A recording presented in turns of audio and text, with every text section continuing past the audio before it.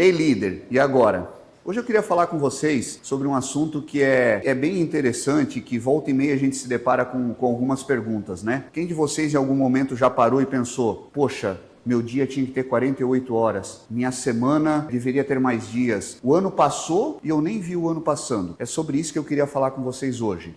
De uma maneira prática, de uma maneira simples, como a gente pode fazer com que essa percepção sobre o tempo possa ser menos cansativa e menos estressante. Você tem que concordar comigo. O dia vai continuar tendo 24 horas sempre. A semana, ela vai continuar tendo 7 dias. O que a gente pode mudar é a maneira com que a gente interage com esse tempo disponível. E é sobre isso. Quais ferramentas que eu usei ao longo da minha trajetória que me fizeram ser mais eficiente nas minhas entregas e fizeram com que o meu dia a dia fosse um pouco mais leve. Então vamos lá. Primeira dica, tenha uma agenda. E quando eu falo de ter uma agenda, não necessariamente precisa ser uma agenda física, smartphone, num computador. Uma simples folha de papel já serve, mas é importante que você tenha algo onde você possa escrever. E eu sugiro que ao começar a ter essa prática, você inicie a tua agenda numa sexta-feira, para que você possa olhar para a semana que vai se iniciar. Nesse momento, você vai ver e analisar todas as suas atividades. O que eu tenho que fazer na próxima semana e anotar dia por dia. Então você vai pegar na segunda-feira, começando pelas atividades que são fixas. Por exemplo, se eu tenho uma reunião que acontece todos os dias às 8 da manhã, eu vou colocar na segunda, na terça, na quarta, na quinta e na sexta-feira, que às 8 da manhã eu tenho um horário fechado, porque eu não posso faltar a essa reunião. Eu tenho outra que é às 16 horas, um outro compromisso, um outro evento, então você vai lá e coloca, às 16 horas também, eu todos os dias tenho esse compromisso e eu não posso permitir que nada seja marcado para esse mesmo horário. E você vai fazer isso ao longo de todos os dias da tua semana. O segundo passo é, reserve a primeira hora do seu dia para que nessa hora você tenha apenas atividades com você mesmo. O que eu quero dizer com isso? Quando a gente chega no ambiente de trabalho, a primeira hora é muito importante que a gente esteja muito atento ao ambiente, o que está acontecendo. Por exemplo, para quem trabalha em fábrica, nesse primeiro momento é a hora de ver se todos os colaboradores vieram, tem alguma máquina parada, para que você possa rebalancear, para que você possa realocar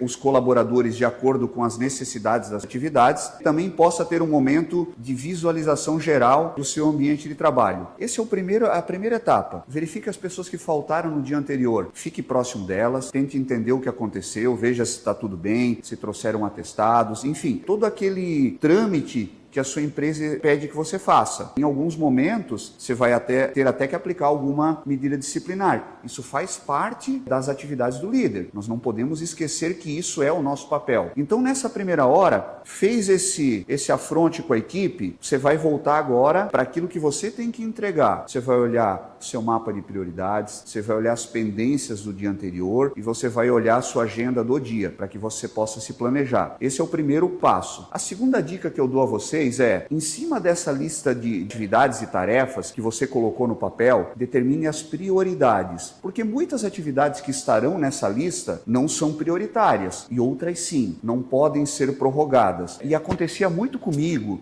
no início da minha carreira que eu procrastinava aquelas atividades que eu menos gostava. Então eu acabava deixando para depois aquilo que me dava menos prazer. E esse é um conselho que eu quero dar a você. Faça aquilo que tem que ser feito na hora que tem que ser feito, porque isso vai fazer com que você seja mais eficiente. Normalmente uma atividade que você procrastina, que você não faz no momento que precisa, vai te cobrar um preço muito mais caro logo na frente. Então, determine prioridades. Tem tarefas e atividades que você pode mudar o horário ou o dia. Agora tem outras que não. Tem que ser feitas agora e não podem ser interferidas por outras atividades. Determine as prioridades da sua agenda. Esse é o segundo dica que eu dou para vocês. Terceira dica. Quando você for executar uma atividade que exija concentração, faça um combinado com você mesmo. Trabalhe durante um determinado período e se permita ficar no ócio por algum tempo. Por que eu falo isso? Em alguns momentos eu já me percebia fazendo alguma atividade, mas com a atenção voltada para a rede social, para o telefone, para a internet ou para aquilo que estava acontecendo à minha volta. E isso me tirava muito da linha de raciocínio do que eu precisava fazer. Então qual a dica que eu dou? E para mim funciona. Trabalhe por meia hora e fique 5 minutos solto. Nesse momento, aí sim você vai olhar o seu WhatsApp, o seu Instagram, você vai ver a internet, você vai tomar um café, você vai conversar com alguém. Mas é importante que você marque esse tempo e não abra mão do trabalho dos 30 minutos e desses 5 minutos de folga. Aí depois você volta a trabalhar por mais 30 minutos e tem mais 5 minutos de folga. Eu garanto que se você fizer isso, as suas entregas, primeiro, serão mais rápidas e você vai ser muito mais produtivo e muito mais eficiente e eficaz naquilo que você está fazendo. Em resumo, eu falei para vocês de 3 dicas. Tem uma lista de prioridades, tem uma lista de tarefas, depois tem uma lista de prioridades e depois faça pequenos combinados com você mesmo. Se você fizer isso, eu garanto para você que aquele sentimento lá atrás que você tinha, que o dia precisava ter 48 horas, vai ser um pouquinho mais leve. Tenho certeza que você vai pensar de uma maneira diferente, porque você se tornará uma pessoa muito mais eficiente nas suas entregas. E para finalizar, eu queria trazer uma frase de Daniel Bublitz que fala o seguinte: a excelência nada mais é do que um amontoado de boas práticas que isoladamente nada tem de extraordinárias. Fica a dica aí para vocês, espero que vocês tenham gostado.